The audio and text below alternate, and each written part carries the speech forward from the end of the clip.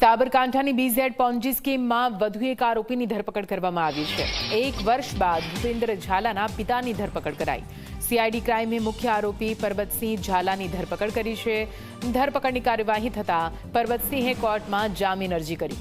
પરબતસિંહ ઝાલા સામે કાર્યવાહીથી ફરાર એજન્ટોમાં ફફડાટ જોવા મળી રહ્યો છે। પ્રાંતિજનો નિકેશ, હિંમતનગરનો ધવલ પટેલ હજુ પણ ભૂગર્ભમાં છે। બંનેને ઝડપવા માટે સીઆઈડી ક્રાઇમે કાર્યવાહી તેજ કરી છે।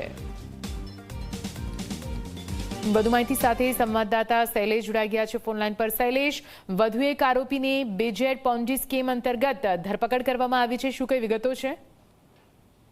વાત કરવામાં આવી હતી કે બીઝેડ પોન્જી સ્કીમ ચાલતી હતી, તેને લઈને સીઆઈડી ક્રાઇમે તપાસ હાથ ધરી। દરમિયાન કેટલાક લોકોને પકડ્યા હતા અને ત્યારબાદ તપાસ પણ તેજ કરી હતી। દરમિયાન જે બીજેડનો જે ઝાલા હતો, જો ભૂપેન્દ્રસિંહ ઝાલા, તેને પણ ઝડપ્યો હતો અને તે જામીન પર છૂટ્યા બાદ હવે 1 વર્ષ બાદ સીઆઈડીએ જે ભૂપેન્દ્રસિંહ ઝાલા છે તેના પિતાજી જે કહેવાય પરબતસિંહ ઝાલા, તેમની બી અટકાયત કરી હતી। અટકાયત કર્યા બાદ તેમને સાબરમતી જેલમાં પણ મોકલી આવ્યા હતા અને તેના માટે જામીન અરજી કરી હતી। હજી સુધી જે સીઆઈડી ક્રાઇમ છે, સીઆઈડી ક્રાઇમે પણ જે બાકીના બે છે, જે હિંમતનગરમાં એક ધવલ પટેલ અને પ્રાંતિજમાં નિકેશ પટેલ, તેની પણ શોધખોળ હાથ ધરી છે અને આગામી સમયમાં તેને પણ પકડવાના ચક્રો ગતિમાન કર્યા છે। આમ જે બાકી રહી ગયેલા જે આરોપીઓ હતા, આરોપીઓને પણ પકડવાની કામગીરી સીઆઈડીએ હવે હાથ ધરી છે।